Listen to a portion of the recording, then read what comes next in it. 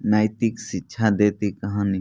बहुत समय पहले की बात है। सुदूर दक्षिण में किसी प्रतापी राजा का राज था। राजा के 3 पुत्र थे। एक दिन राजा के मन में आया कि पुत्रों को कुछ ऐसी शिक्षा दी जाए कि समय आने पर वो राजकाज संभाल सके। इसी विचार के साथ राजा ने सभी पुत्रों को दरबार में बुलाया और बोला, पुत्रों, हमारे राज में नाशपाती का कोई वृक्ष नहीं है। मैं चाहता हूँ तुम सब 4-4 महीने के अंतराल पर इस वृक्ष की तलाश में जाओ और पता लगाओ कि वो कैसा होता है। राजा की आज्ञा पाकर तीनों पुत्र बारी बारी से गए और वापस लौट आए। सभी पुत्रों के लौट आने पर राजा ने पुनः सभी को दरबार में बुलाया और उस पेड़ के बारे में बताने को कहा। पहला पुत्र बोला, पिताजी, वह पेड़ तो बिल्कुल टेढ़ा मेढ़ा और सूखा हुआ था। नहीं नहीं, वो तो बिल्कुल हरा भरा था, लेकिन शायद उसमें कुछ कमी थी, क्योंकि उस पर एक भी फल नहीं लगा हुआ था। दूसरे पुत्र ने पहले को बीच में ही रोकते हुए कहा। फिर तीसरा पुत्र बोला, भैया, लगता है आप भी कोई गलत पेड़ देख आए हैं, क्योंकि मैंने सचमुच नाशपाती का पेड़ देखा है। वो बहुत ही शानदार था और फलों से लदा पड़ा था।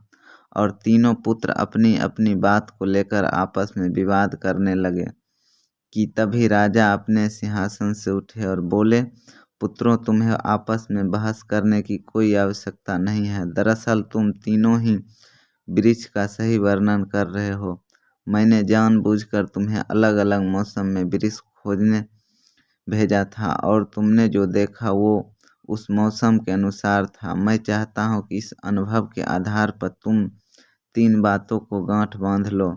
पहली चीज के बारे में सही और पूर्ण जानकारी होना चाहिए, तो तुम्हें उसे लंबे समय तक देखना परखना चाहिए, चाहे वो कोई विषय हो, वस्तु हो या फिर कोई व्यक्ति ही क्यों न हो।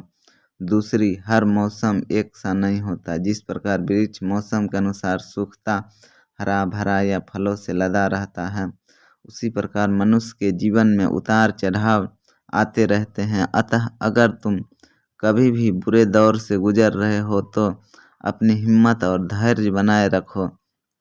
समय अवश्य बदलता है। और तीसरी बात, अपनी बात को सही मन से उस पर अरे मत रहो। अपना दिमाग खोलो और दूसरे के विचारों को भी जानो। यह संसार ज्ञान से भरा पड़ा है। चाहकर भी तुम अकेले सारा ज्ञान अर्जित नहीं कर सकते। इसलिए भ्रम की स्थिति में किसी ज्ञानी व्यक्ति से सलाह लेने में संकोच मत करो। दोस्तों, इस वीडियो में इतना ही। आपका दिन शुभ हो और अगले नए वीडियो पाने के लिए इस चैनल को सब्सक्राइब कर सकते हैं। जय हिंद।